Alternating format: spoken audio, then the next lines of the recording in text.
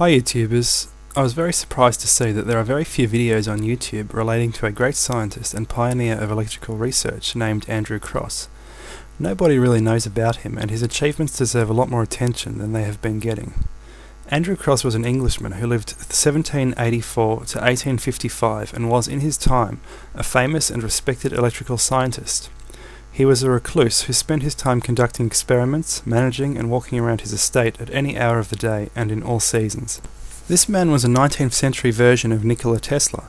Nikola Tesla is famous for building the now demolished Wardenclyffe Tower in the early 20th century for electrical research of the atmosphere. 100 years earlier, Andrew Crosse purchased 2 kilometres or 1.25 miles of insulated copper wiring which he stretched all over his estate, hanging it from trees and poles, and made his mansion the hub for this vast electrical receiver. He even created voltaic pile batteries of 50 jars or more to store charge, and was one of the first to do so. He had a steel ball receiver which was continuously receiving charge from the cabling all over his property. It was inscribed with the Latin words "Noli me tangere," don't touch me. One of the maids did touch the ball and ran away complaining that the nasty thing had attacked her. During a thunderstorm, Crosse's laboratory would go haywire, with electricity continuously being collected from his property, through the cables leading into his laboratory, where the sparks discharged between 2 steel balls. Once this even occurred without a thunderstorm, and I shall now quote Crosse's own words regarding this occurrence.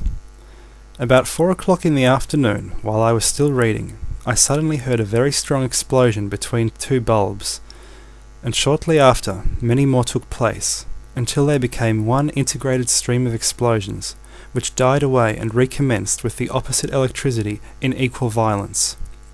The stream of fire was too vivid to look at for any length of time, and the effect was most splendid and continued without intermission, save that occasioned by the interchange of electricities for upwards of 5 hours, and then ceased totally. During the whole day and a great part of the succeeding night, there was no material change in the barometer, thermometer, hygrometer, or wind, and nor did the driving rain and fog alter in its violence. The wind was not high, but blew steadily from the northwest. Had it not been for my exploring wire, I should not have had the least idea of such an electrical accumulation in the atmosphere." Crosse also had geological theories. He may have been hundreds of years ahead of his time. Unlike today, he considered that geological processes occurred through electrical action. He thought that stalactites adhered to the roof of caves through electrical activity. In this manner, he thought that if electricity was associated with a geological process, minerals could form faster. He tested this in the laboratory with some success. He stressed the need of not employing too strong an electric action in growing crystals, and stated, "You cannot hurry nature. Too rapid an action throws down the substance in an amorphous state.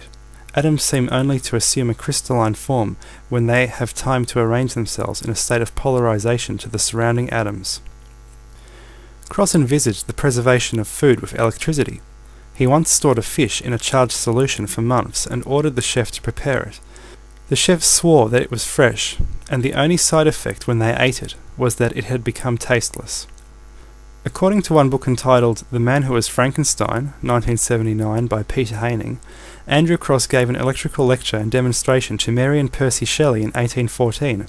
Mary Shelley would go on to write the book Frankenstein in 1818 about a mad electrical scientist who reanimates life from dead tissues. This would perhaps mean that Andrew Crosse is the historical Frankenstein. Crosse's most famous achievement, one that made the newspapers in 1836, was in fact that he apparently created life. He had been conducting electrocrystallization experiments and noted minute insects appearing in electrified solution. The mystery has not yet been solved, but may simply have been a case of contamination by tiny invisible insect larvae. The discovery caused a great controversy, and angry villagers and a priest at one stage attempted to carry out an exorcism at the Crosse's house. But all save the priest fled as the electric wizard approached, and the priest had to carry out the exorcism on his own.